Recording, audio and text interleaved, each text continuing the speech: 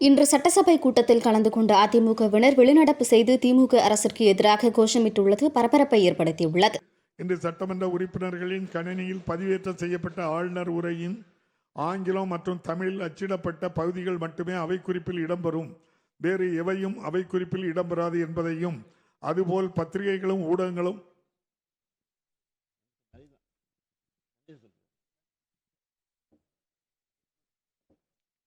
மாண்புமிகு பேரவைத் தலைவர்களே, இந்த சட்டமன்றத்தை மாண்பை காத்து இன்றைய தீர்மானத்தை நிறைவேற்றி தந்த மாண்புமிகு உறுப்பினர் அனைவருக்கும் என்னுடைய நன்றியை தெரிவித்துக் கொள்கிறேன். ஆண்டுதோறும் அரசின் சார்பில் உரை தயாரித்து அனுப்புவதும் அதனை முறையாக வாசிக்காமல் ஆளுநர் முரண்டு பிடிப்பதும் தொடர்ந்து வருவது நல்லதல்ல. ஆளுநர்கள் மாநில அரசுகளுக்கு இடைஞ்சலாக இருந்து இப்படி செயல்படுவது